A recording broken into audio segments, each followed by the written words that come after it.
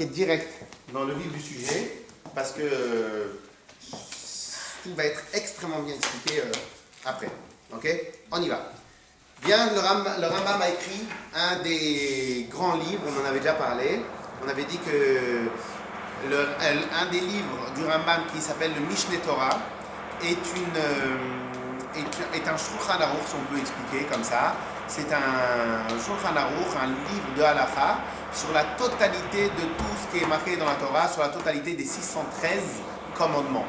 Ce que nous avons de manière générale comme Shulchan Aruch, c'est essentiellement sur les mitzvot contemporaines. Donc, le Shulchan Aruch, donc Rabbi Yosef Karo, ne s'est pas prononcé sur les lois du Beth Hamikdash, sur les lois des sacrifices, ne s'est pas prononcé sur plein d'autres sujets. Le Shulchan Aruch ne traite essentiellement que sur les mitzvot et les halachot qu'une personne a besoin de connaître pour vivre au jour le jour. Shabbat, Kashrut, même les lois des trianim, des juges, mais sur les lois qui sont de nos jours, quoi. Pas sur des lois de Rabbi Yosef Karo ne va pas statuer sur combien de coups une personne il doit prendre si du près d'aller faire tel avéra, parce que comme étant donné qu'il n'y a pas de Beth Hamikdash, il n'y a pas de Sanhedrin, donc c'est hors sujet. Le Shulchan Aruch ne s'est prononcé que sur les lois contemporaines. Bien le Rambam, il a fait un travail extraordinaire qu'on verra un peu plus tard, pour quel but il a fait, puisque le Rambam lui-même va s'expliquer. Et le Rambam, il a fait un livre qui s'appelle le Mishneh Torah. Alors, le livre du Rambam s'appelle le Mishneh Torah. Pourquoi Mishneh Torah? Vous voulez que j'aille leur demander encore un peu de s'arrêter? Mais bon. Le Mishneh Torah. Mishneh, ça vient de quel langage? Mishnah. Mishnah vient de quel langage? Alors, vous avez une racine de Shin et Nun. C'est-à-dire Shnaim, on pourrait dire. Mais je ne sais pas si c'est vraiment ça. Shnaim. En vérité, le Mishneh, de manière générale, les Shanen, en hébreu, ça va dire réviser. Donc, Mishneh Torah, par exemple, le livre Devarim, il s'appelle aussi Mishneh Torah. Pourquoi il va s'appeler aussi Mishneh Torah? Parce que dans le livre Devarim, à Moshe Rabbeinu, il a ramené plein de mitzvot qui étaient déjà enseignés dans les 4 premiers livres. Alors des fois, il les a ramenés, il les a rajoutés, il a rajouté une perception, il a rajouté une halakha, il a rajouté des choses, etc. Donc le livre Devarim va aussi s'appeler Mishneh Torah, parce qu'en plus, il va relater des faits qui sont passés pendant les 4 premiers livres, etc. Ok, donc le principe de Mishneh Torah, c'est répétition. Le Rambam, comme il va l'expliquer plus tard, sur le livre d'Halakha, et on verra pourquoi il l'a appelé comme ça, en tout cas il l'a appelé Mishneh Torah. Maintenant ce livre d'Halakha, il est monstrueux, il est extraordinaire. Pourquoi il est extraordinaire? Je vous l'avais déjà fait remarquer cela. Il n'existe pas une yeshiva sur terre, un Beth Midrash sur terre digne de ce nom, qui n'a pas le livre du Rambam, le Mishneh Torah. Il a écrit beaucoup d'autres livres. Sur les autres livres, il y en a qui ont, il y en a qui n'ont pas. Mais le Mishneh Torah, c'est un must. C'est n'existe pas. On peut pas trancher la halakha sans passer par le Rambam. On ne peut pas trancher, mais c'est-à-dire on ne peut pas étudier comme il faut. On est obligé. C'est pour cela qu'il y en a qui ont dit, pour que le Rambam lui, il a un terme sur son, je crois, sur sa tombe. Il y a le terme suivant: Mi Moshe ad Moshe, lokam ke Moshe. De Moshe jusqu'à Moshe, il n'y a pas eu un autre Moshe. C'est quoi? Le premier Moshe Rabbeinu, c'était Moshe Rabbeinu, que lui nous a donné la Torah, il a reçu, nous a transmis la Torah, et le deuxième Moshe, c'est le Rambam. Et les maîtres de la Torah, ils disaient comme ça. Le Rambam, il a fait une œuvre tellement extraordinaire qu'en vérité, depuis le premier Moshe Rabbeinu jusqu'à le deuxième Moshe, c'est l'Okam que Moshe, il n'y a pas eu un autre. C'est l'œuvre qu'il a fait, c'était une œuvre extraordinaire. On va s'arrêter là. Là, ce qu'on va étudier, c'est la préface des Mishneh Torah. Elle est très bien synthétisée et normalement, ça va nous ouvrir les yeux sur plein de domaines et plein de questions et plein de choses intéressantes. On commence. Celui qui a écrit le livre des Devarim, on n'arrive pas à avoir cette difficulté à le lire. Parce que le livre des Égarés, a été écrit dans une période où il y avait beaucoup de discussions théologiques et que les théologiciens, comme ça on dit, théologiciens de l'époque, ils amenaient beaucoup de safek, beaucoup de doutes dans la Torah et les mitzvot des Bnei Israël. Donc il a écrit, donc c'était un truc qui était peut-être un peu plus concentré sur la période, sur l'époque, sur des termes. Alors que le Rambam, lorsqu'il a écrit le Mishneh Torah, il savait et il s'est concentré pour que toutes les générations futures, ils puissent étudier son livre. Donc il s'est... complexe, le livre quand même. En tout cas, c'est pas celui-là qu'on va étudier. Alors on y va. Kol HaMitzvot, parce que c'est deux termes. Un, il y a un terme, c'est un artiste, il fait pour un artiste. Et où il parle pour une époque. Là, il a parlé pour toutes les époques, donc il a été très très concis dans ses... Et je crois, si je ne me trompe pas, que le Rambam, c'est le seul livre qu'il a écrit directement en hébreu, le Mishneh Torah, alors que les autres, il les avait écrits à l'époque en arabe, et après ils ont été traduits. Okay. Pourquoi il a écrit les autres en arabe, et après ils ont été traduits, alors celui-là il a fait en hébreu, parce qu'il connaissait l'hébreu? Parce qu'en vérité, là-bas c'était pour son époque, c'était pour les gens, c'était pour les questions d'actualité de l'époque, alors que le Mishneh Torah, il ne voulait pas qu'il y ait quelqu'un qui vienne qui le traduise. Il voulait que ça soit vraiment concis comme ça. Kol HaMitzvot. Shenitnu lo le Moshe beSinaï. Toutes les mitzvot qui ont été données à Moshe Rabbeinu beSinaï, donc sur le Har Sinaï, beferushan nitenu. Elles ont été données, je ne sais pas comment on va dire le terme, mais en même temps avec leur explication. Si vous regardez la mitzvah, je ne sais pas moi, la mitzvah, on va prendre la première mitzvah officielle de la Torah. La première mitzvah officielle de la Torah, c'est laquelle? Officielle, pas officieuse. C'est la mitzvah de sanctifier, de fixer les mois de l'année. Ok? Donc ça, on l'a dans la parashat Bo de Shemot. Ok? Je ne parle pas de la première mitzvah qui apparaît dans la Torah, mais la première mitzvah officielle que Dieu nous a donnée de manière assez officielle, c'est la mitzvah de sanctifier, de fixer les dates des mois. Ok? Ce qu'on appelle Ibur Hashana, Ibur HaChodesh, Kiddush HaChodesh, sanctifier et de dire ce mois-là c'est le mois de Nissan, ça c'est le mois de Chesh, ça c'est le mois de Cheshvan, de Kislev, de Tevet, de Shvat, etc. Vient Akadosh Baruch Hu et lui dit écoute-moi bien, c'est comme ça qu'il faut fixer le mois. Magnifique. Et Moshe Rabbeinu pose la question à Hachem, il fait et c'est tout? Alors Hachem lui dit ça dit quoi c'est tout? Voilà, c'est la misère. Mais explique-moi comment il faut faire. Donc comment il faut faire? Il faut 2 témoins, il faut que les témoins ils aient vu, il faut que le Beth Din eux-mêmes ils savent, ils connaissent les calculs astrologiques, astronomiques, en tout cas qu'ils connaissent les calculs pour qu'ils puissent évaluer, voir si les témoins ne mentent pas. Il faut aussi avoir les règles des témoignages, comme on reçoit les témoignages, etc. Donc Hachem il vient, il envoie une règle, laquelle il faut fixer le mois, et par rapport au mois que tu as fixé, c'est comme ça qu'on va faire Pessah, c'est comme ça qu'on va faire Shavuot, c'est comme ça qu'on va faire Sukkot, c'est comme ça qu'on va faire Rosh Hashanah, c'est comme ça qu'on va faire tout ça. Mais Tachles, comment je le fixe le mois? Faut que tu m'expliques.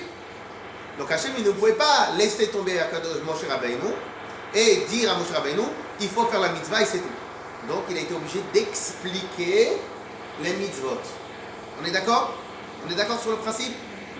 Donc, lorsque Akadosh Baruch Hu a donné les 613 mitzvot à Moshe, chacune des 613, il y en avait peut-être des simples, il y en avait peut-être des plus compliqués, chacune des 613 mitzvot, elles ont été données beferushan, avec l'explication qui va avec. Si maintenant je donne ça à un homme du Moyen-Âge, il va peut-être le mettre d'abord sur les dents, pour voir si ça se mange. Après, peut-être qu'il va essayer de clouer un clou avec, il va se débrouiller jusqu'à... Si maintenant je veux lui faciliter la vie, en même temps je lui explique le pourquoi du comment et comment ça marche. On est d'accord? Dans les mots.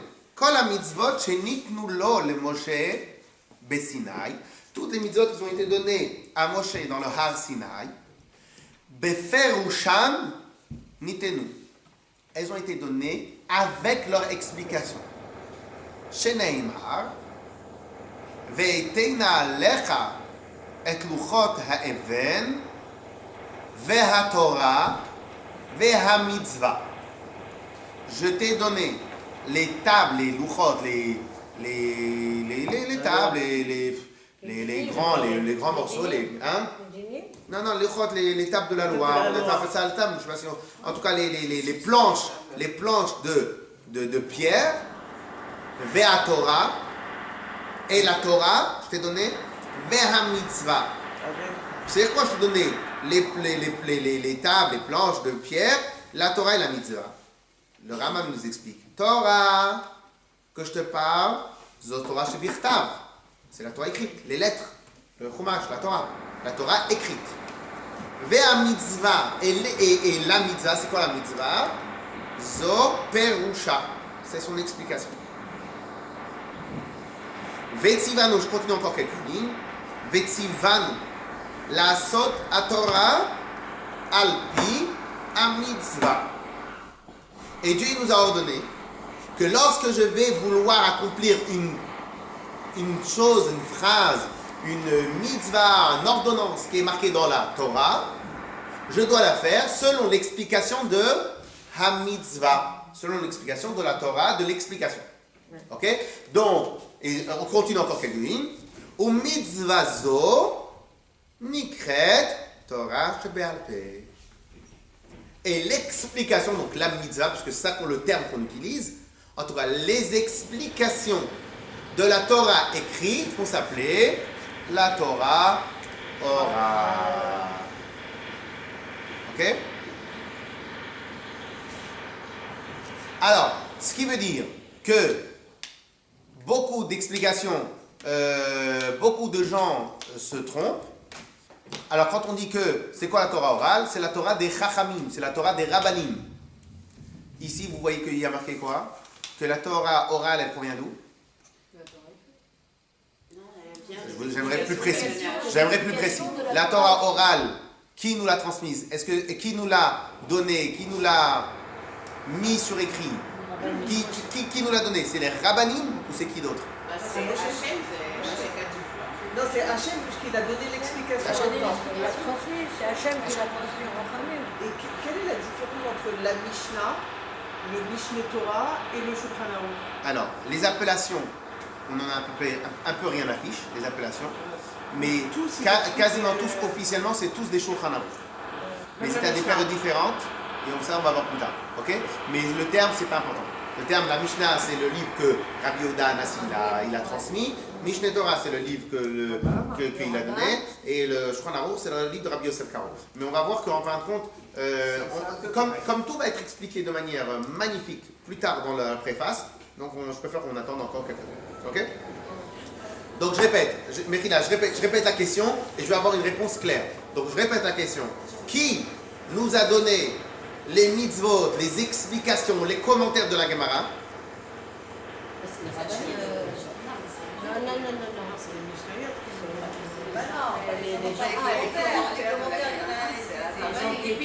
Et puis les commentateurs, c'est pas Hachem, c'est les commentateurs. Voilà, Les commentaires. Non. La Gemara, elle a quel âge? 1500, 1700 ans. La Gemara, 1700 ans à peu près. Très bien. Alors on va prendre un peu plus loin. À l'époque du premier Beth Amikdash de Shlomo HaMelech, il y avait une Torah orale ou pas? Non. Il y avait toujours Par rapport à David Amelech. la Torah orale, elle est venue avec la Torah écrite. C'est l'explication. Et d'où là ma question, quoi. Il n'y a pas d'autre Torah orale que cette Torah orale quand on parle des gens. Hein. C'est ça aussi. Donc, la Mishnah, ce qu'on appelle la Mishnah, la Gemara, tout ça, c'est la Torah orale. Mais justement, après, on va étudier c'est quoi une marloquette. Après, on va essayer d'étudier un peu c'est quoi une marloquette, c'est quoi tout ça. On va essayer de voir à peu près ça. Mais concrètement, si un jour on vous pose la question, qui nous a transmis, qui nous a donné la Torah orale, c'est censé être quoi votre réponse? Dans le désert. Mais plus précisément? À Moshe. Non, plus précisément, c'est Hachem qui nous a donné la Torah. Mais si quelqu'un essaye de nous contredire, il a tort, il fait erreur, n'est-ce pas? Il fait erreur. Je vous promets que si quelqu'un essaie de vous contredire, il fait erreur. Non, c'est vous, parce que maintenant vous connaissez. De toute façon, vous pourrez, en tout cas, même s'il n'est pas d'accord, vous pourrez lui montrer clairement. Vous trouvez dans n'importe quel livre, même en français, vous allez sur le site lubavitch.fr, ils ont réussi à traduire tout le Rambam en français.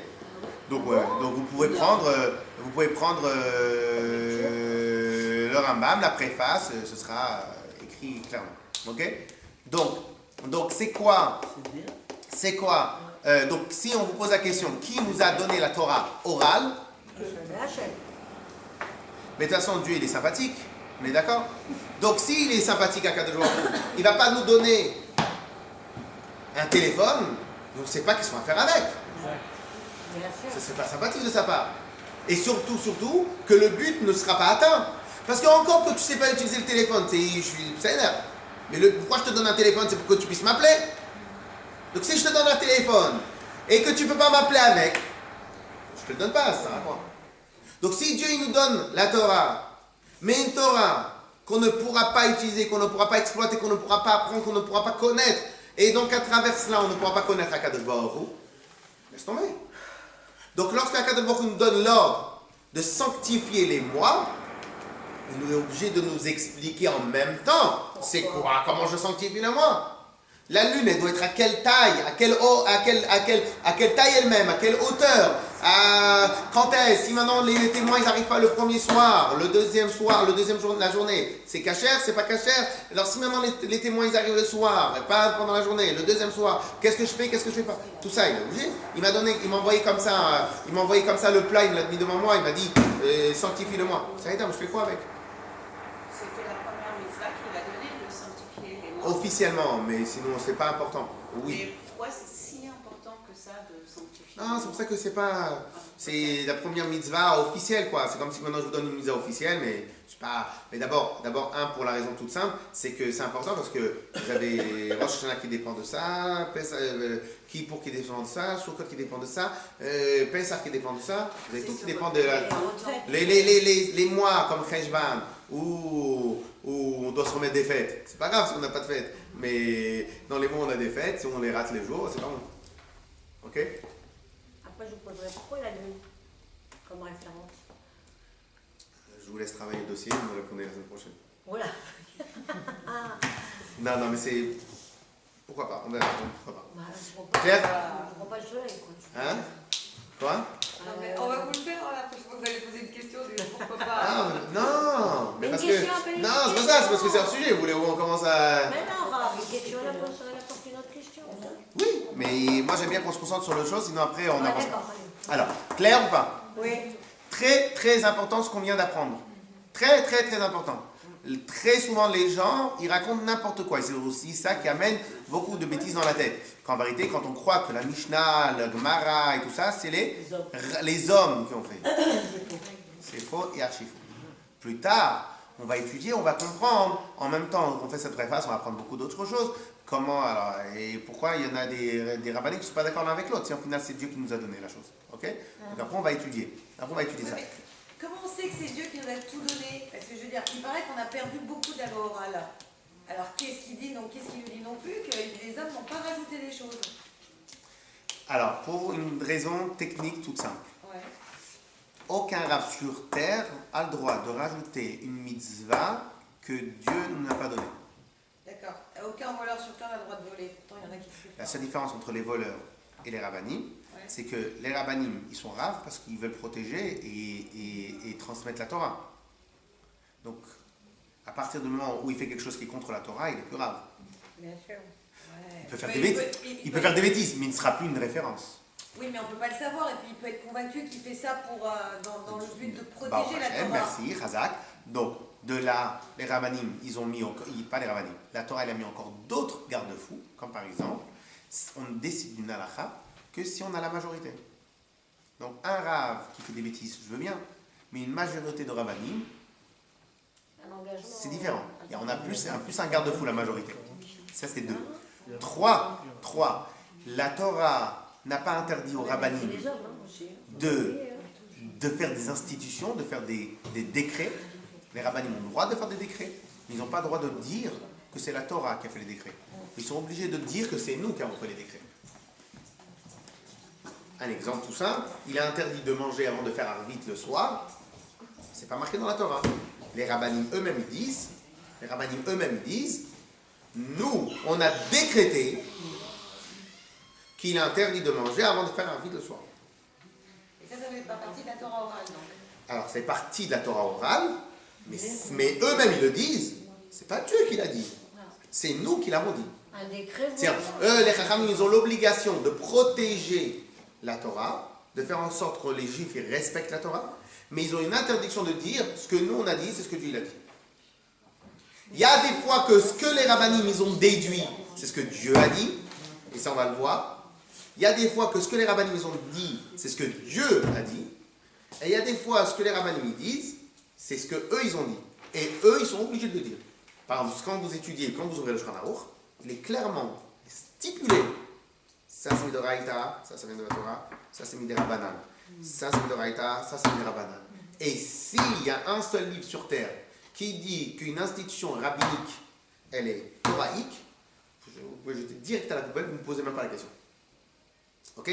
Pourquoi? Parce que les rabbinim de tout temps, Akadosh Baruch Hu leur a donné la garde du peuple juif. Donc quand ils voient que les Bnei Israël, par exemple, je vous donne un exemple, une des mitzvot très récurrentes de Shabbat, qu'on appelle le Moukse, eh ben, le Moukse il a été institué par Shlomo HaMelech, David et Shlomo HaMelech. C'est quoi le Moukse? Moukse, c'est l'interdiction, le démarrage Moukse, l'interdiction de toucher ce qui ne concerne pas Shabbat. Un exemple. Bien qu'on ne va pas l'utiliser. Bien qu'on ne va pas l'utiliser, ok, on n'a pas le droit un exemple, un expert comptable, il ne peut pas prendre par exemple le Shabbat, alors que lui il ne va pas faire de travaux, il ne peut pas prendre Shabbat, ou un garagiste, il ne peut pas prendre le Shabbat pour ranger son garage. Pourquoi? Parce qu'il va utiliser un marteau, il va déplacer un marteau. Ce qui concerne Shabbat, tu le touches, ce qui ne concerne pas Shabbat, tu ne le touches pas. Ça, c'est une institution rabbinique officielle. Donc il nous dit, c'est un Bedin qui l'a institué. Et ça, ils l'ont institué. Pourquoi? Parce que sinon, après, le Shabbat, il n'allait plus être un Shabbat. On vient, je suis garagiste. Toute la semaine, je laisse mon garage balagan. Je fais des travaux, je casse des voitures, je brûle au chalumeau, je fais tout ce que vous voulez. Donc des interdits que la Torah permet dans la semaine, mais qui est interdit Shabbat. Mais Shabbat, qu'est-ce que je fais? Je fais le rangement. Donc au final, je travaille combien de jours? 7 jours sur 7. Ok? Donc, la Torah. Alors, ça, n'importe quel Talmid Chacham, n'importe quelle personne qui étudie la Torah, il connaît exactement ce qui est rabbinique, ce qui est toraïque. S'il se trompe, il n'a qu'à ouvrir le livre, mais tout est stipulé. C'est ce qu'on a vu dans une des parachutes, les dernières qu'on a étudiées avant dans Parashat Varim, l'interdiction tout simple de rajouter sur un seul des commandements de la Torah. Demain, de la même manière qu'il y a, depuis l'époque de Moshe Rabbeinu jusqu'à maintenant, on ne nous a jamais dit qu'il y avait 614 mitzvot, il n'y en aura jamais 614, il n'y en aura jamais 612, il y en a 613. Ce qui a été, alors après, et c'est ce qu'on va étudier, il y en a certaines que les Chachamim, ils ont déduit à travers les règles que Moshe Rabbeinu nous a transmises, il y en a d'autres que on les a reçues directement, etc. Mais en tout cas, à la base, l'explication de la Torah, en même temps que Hachem lui téléchargeait le texte, Hachem téléchargeait à Moshe Rabbeinu l'explication du texte. Yes?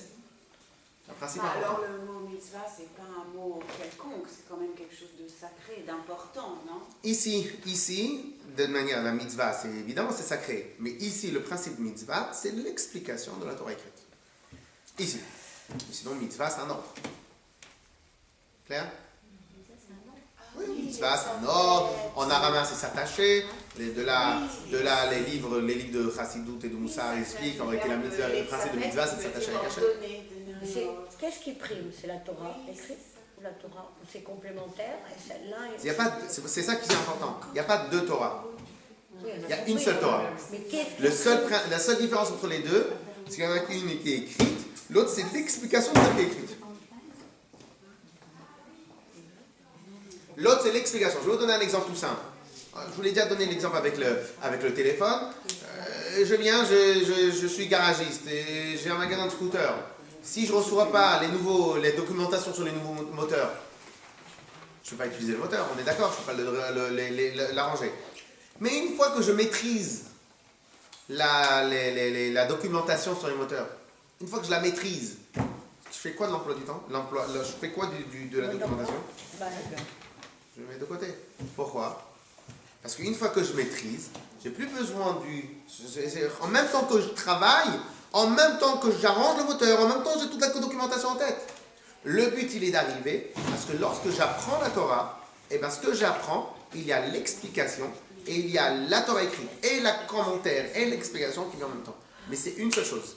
Alors au début, comme on est ignorant, donc au début, eh ben, Hachem il a donné le texte de loi et l'explication du texte de loi, mais le but il est d'arriver à une seule chose. Il est quelle heure?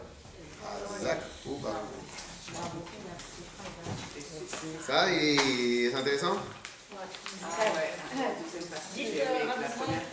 Première partie, pas trop, mais. Moi, je préfère la troisième, la première, elle est marrante. On s'est arrêté là. Ça, c'est bien. Par contre, si vous voulez garder les feuilles, vous me dites, hein? Alors, comme vous voulez. Non, vous pouvez les garder. Vous pouvez les garder, juste que là, vous revenez avec. Regardez les bons, on va les perdre. Ah bah.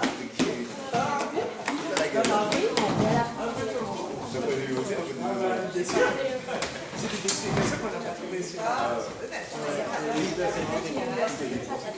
mais il y a écrit un mot, tu mets un mot dans le félicien. Pardon? C'est la perfection.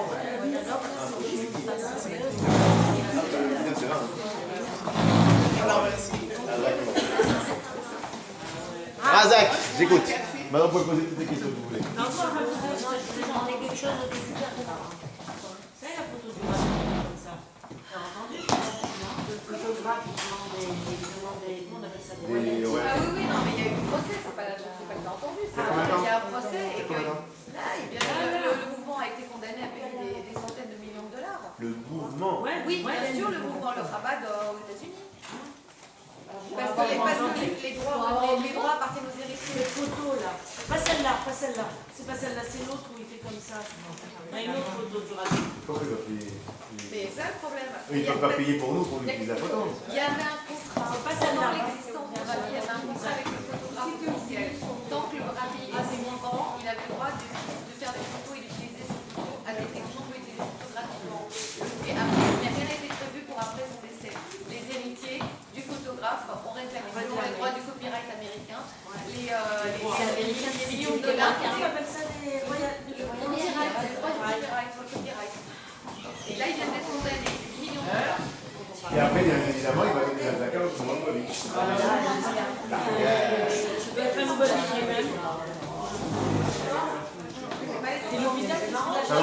Non, mais en plus, je crois que là-bas en Amérique, c'est très dur et très large sur ces réglementations. Même en France, c'est déjà dur. Mais aux États-Unis, ça rigole pas du tout. Les Américains, j'ai entendu ça. Il y a combien de temps de ça? C'est grave, hein? Là, maintenant, c'est sorti il n'y a pas longtemps.